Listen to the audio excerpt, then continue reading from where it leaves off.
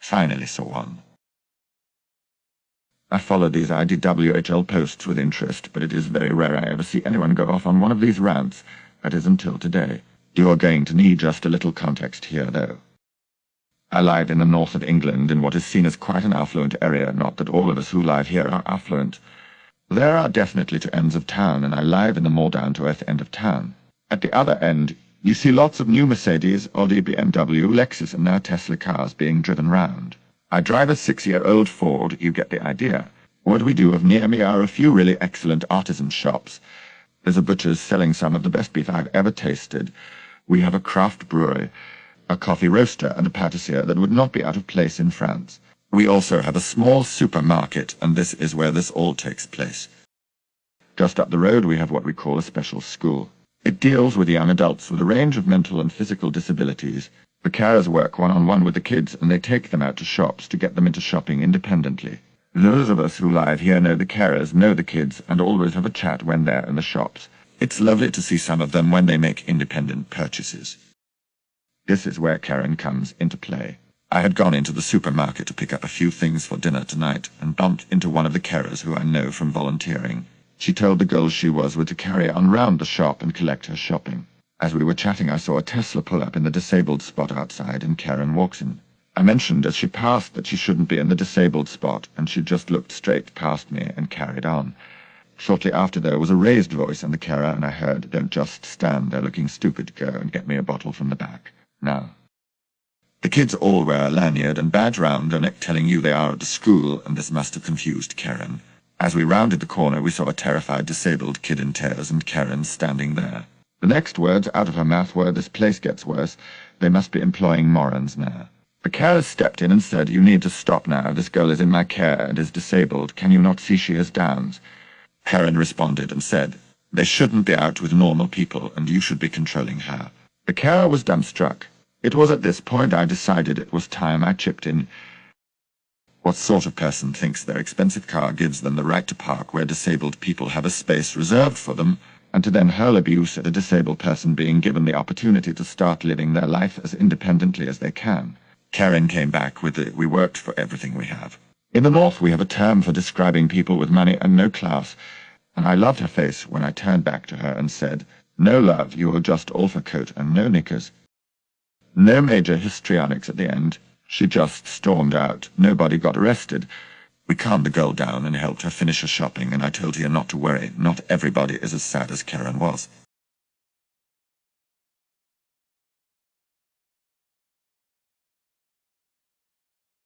I didn't know I'm not supposed to work here. Edit. Thank you so much for the kind words and the awards. I hope that those are the free ones. Don't spend money for virtual metal guys. I appreciate the overflowing wholesomeness. Let me answer most of the burning questions here. 1. Did I end up working at the USPS? I do not. I'm the typical I don't know what to do after high school type of person. So I was working on random jobs while in college taking random classes. The thought of starting my career with the USPS doesn't even cross my mind. 2. How's my English? It's getting so much better. Thank you. This happens in 2005. So in 16 years of living in the USA does gave me a lot of time to practice more. Still not perfect. Still have tiny bit of an accent, but at least I'm more confident now. This happens 2 years after I arrived in the US when I was 14 or 15 years old, sophomore high school, so I'm still trying to adapt myself to the new country. One of the issues that I'm facing back then is understanding places and locations. Also, this was back when there's no such thing as Google Map, only Quest Map where you have to print and carry with you everywhere, and I have no cell phone yet.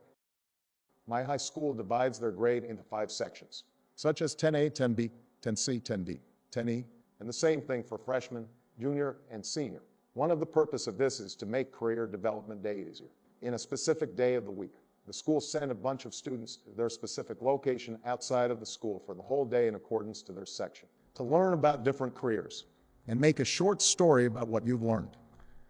For example, A goes to the location on Monday, B on Tuesday, and so on.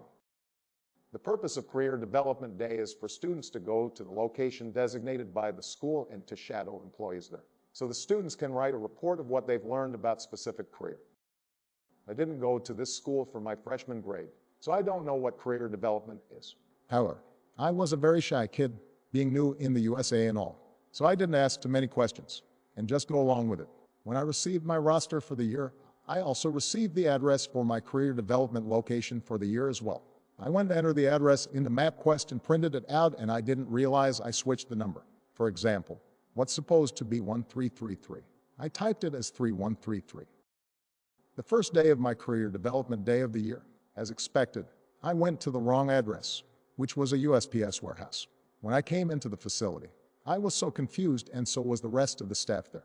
I didn't see any other students, and my teacher wasn't there as well. I tried to explain with my sort of broken English that I'm here for Career Development Day, showed the logo of my school on my uniform, and being extremely nervous. I think they understood what I'm trying to say because the next minute, I was being put into work. It was super easy, just sorting mails, very mundane work. Career Development Day was supposed to last half a day from 9 a.m. to 12:30 p.m. and then go home. I started at 8 a.m. and sheepishly told the staff that my school dismissal time is to 30 p.m. They were really nice, bought me lunch and drink, and told me that I was a good helper. Also, they wrote a letter mentioning about what I have done the entire time I was there, and gave it to me so I can show it to my teacher. The next day, I was being called to see the career development teacher. Turns out I was marked absent for the first day since I didn't show up, and nobody called the school to find out where I was. The funny thing is, the school didn't contact my parents to find out where I am as well. I showed the teacher the letter I've received from the USPS staff, and after reading it, my teacher laughed until tears coming out of her eyes. I was very embarrassed, but at least the teacher understood forgiving me and removed my absence. He also pointed out that I was at the wrong address and printed me the real direction. I wish smartphone was invented back then because I clearly am not smart.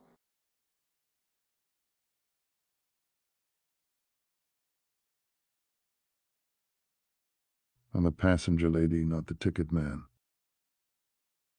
MG finally found a Reddit for something I face on a regular basis. See, I seem to have one of those faces that just fits in everywhere. Once I was on a train home from work. I stepped onto the train with my headphones in and not immediately spotting a seat, decided to stand by the train doors. About 4 stops into my journey, this young lady and her friend got on the train from the other carriage doors. She then proceeded to walk up to me and start talking. I removed my earphone to hear what she was saying. She was asking me for a train ticket to Brighton. I was like, "Sorry, darling, you need to find a train employee on a passenger." This should have been the end of the story, but no, she then proceeded to shove £10 into my jacket pocket and walked off with her friend, saying, "Well, we will tell them at the other end that he wouldn't give us a ticket, but they can see from cameras that we paid him for the trip." I spent the next month standing by those doors every day, but alas, no further luck.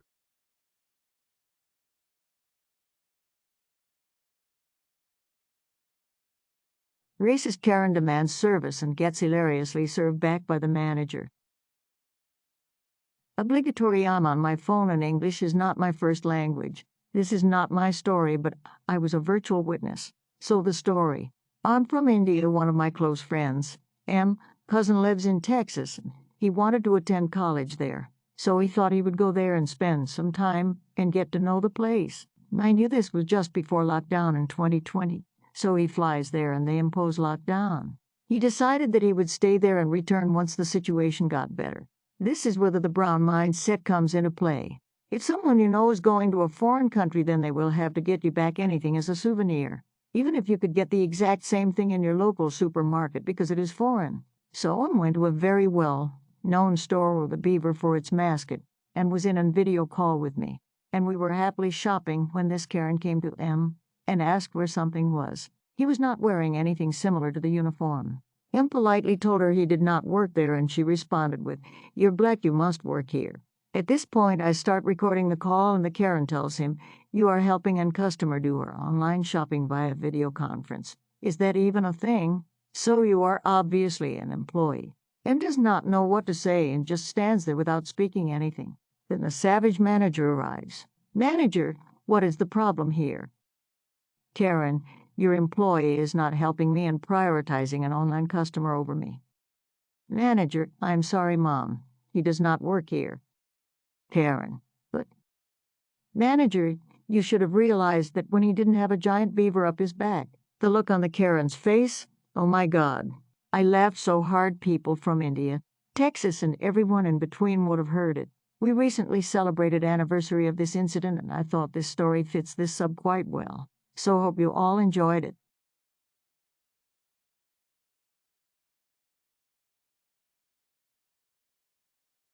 Check out my other excellent videos.